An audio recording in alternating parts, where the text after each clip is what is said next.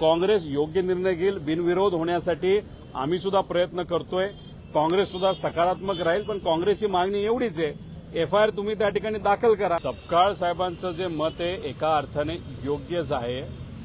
काँग्रेसचं मत काय की अजितदादांच्या ऍक्सिडेंटच्या बाबतीत जे इन्व्हेस्टिगेशन नाही तर तपास ज्या पद्धतीने व्हायला पाहिजे, जसं की खरातच्या बाबतीत तपास चांगला चाललाय, चांगली गोष्ट आहे, पण त्याच्यामध्ये जर कमी वेळामध्ये खूप काही गोष्टी बाहेर आल्या, मग अजितदादा एवढे मोठे नेते असताना त्यांच्या मागे जर काही प्रमाणात दुर्लक्ष हे मुद्दामून केलं जात असेल का चुकून होत असेल, पण ते दुर्लक्ष करणं हे योग्य नाही. आणि बारामती ही जागा ही अजितदादांची हक्काची जागा होती.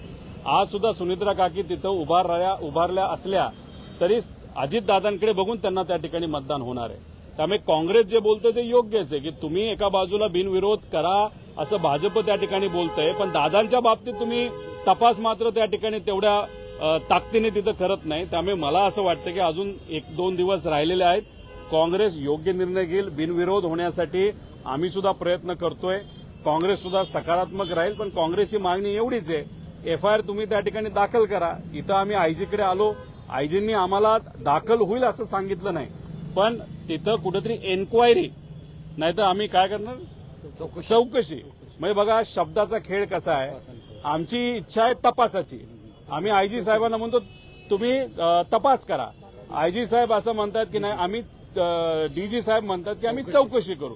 म्हणजे शब्दात जर तुम्ही आम्हाला खेळवत असाल, अडकवत असाल, हे योग्य नाही. त्यामुळे सपकाळ साहेबांचं सुद्धा हेच मत आहे की भाजपचे नेते शब्दात खेळवत आहेत, मतदारांना सुद्धा खेळवत आहेत आणि महाराष्ट्राच्या तमाम जनतेला सुद्धा तिथे खेळवत आहेत.